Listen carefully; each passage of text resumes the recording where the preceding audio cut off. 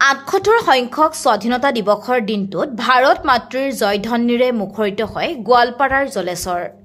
হাতত দেশৰ গৌৰৱ ৰাষ্ট্ৰীয় পতাকালৈ কণ কণ ছাত্ৰ ছাত্ৰীৰ নৃত্য সুৰত নিগৰিল ভাৰত মাতৃৰ অফুৰন্ত প্ৰেম ভালপোৱাৰ নিদৰ্শন। জলেশ্বৰ গণৰাজ্য দিৱস আৰু স্বাধীনতা দিৱস উদযাপন কমিটিৰ উদ্যোগত জলেশ্বৰ উচ্চতৰ মাধ্যমিক বিদ্যালয়ৰ খেলপথাৰত অনুষ্ঠিত ৭৮তম স্বাধীনতা দিৱসৰ অনুষ্ঠানত দেখিবলৈ পোৱা গ'ল দেশ মাতৃৰ প্ৰতি থকা অগাধ প্ৰেম ভালপোৱা।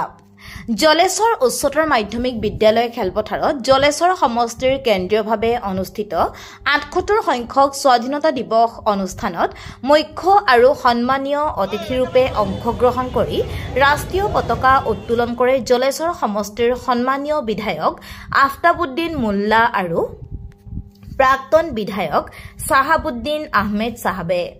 স্কুলীয়া ছাত্ৰ ছাত্ৰীৰ মাজত গীত মাত নৃত্যৰে উখল মাখল পৰিৱেশেৰে দিনজোৰা কাৰ্যসূচীৰে জলেশ্বৰত স্বাধীনতা দিৱস উদযাপন কৰা হয়।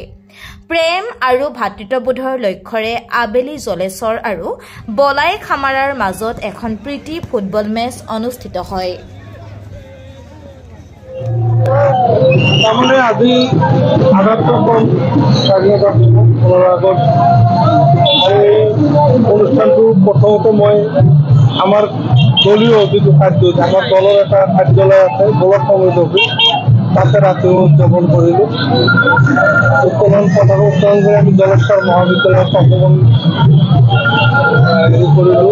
পালন কৰিলোঁ। তাৰপিছত আমি জলেশ্বৰ হায়াৰ ছেকেণ্ডেৰী ৰাজহুৱাভাৱে কৰিছোঁ হায়াৰ ছেকেণ্ডেৰী কৰাৰ পিছত জলেশ্বৰ হায়াৰ ছেকেণ্ডেৰী ৰাজহুৱা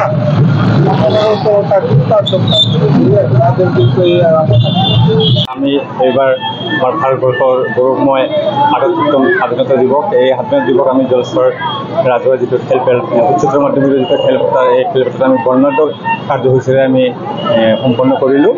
আৰু আমাৰ যিটো আমাৰ লক্ষ্য এই অঞ্চলৰ বিভিন্ন স্কুলৰ ছাত্ৰ ছাত্ৰীসকলৰ মাজত কণ কণ সৰু ছোৱালীৰ মাজত নৃত্য বা বিভিন্ন নৃত্য গান দি আছে এইবিলাক দি আমি আমাৰ এই স্বাধীনতা দিৱসটো আমি উলহ মালহেৰে পালন কৰিলোঁ। প্ৰতি বছৰে পালন কৰোঁ, এইটো আমি প্ৰতি বছৰ পালন কৰোঁ। আৰু এইবাৰ আৰু প্ৰচণ্ড গৰমৰ মাজতো আমি এইবাৰ বেছিকৈ উৎসাহিত হৈ আমি পালন কৰিছোঁ। এই মুহূৰ্তত ৰাইজক কি বাৰ্তা দিব? আমি ৰাইজক এই বাৰ্তা দিম যে আমাৰ এই গণতন্ত্ৰ আমাৰ এই যিটো স্বাধীনতা দিৱস এই স্বাধীনতা দিৱস যে আমি এটা ঐক্যবদ্ধ হওঁ, যাতে আমাৰ মাজত যিটো ইউনিটি আমাৰ যিটো বিভিন্ন ধৰ্ম বৰ্ণ নিৰ্বিশেষে আমাৰ ইউনিটি এই ঠিক থাকে আমি যাতে মিলা প্ৰীতিৰে বসবাস এই লাভ কৰিব পাৰোঁ তাৰে আমি কামনা কৰিছোঁ।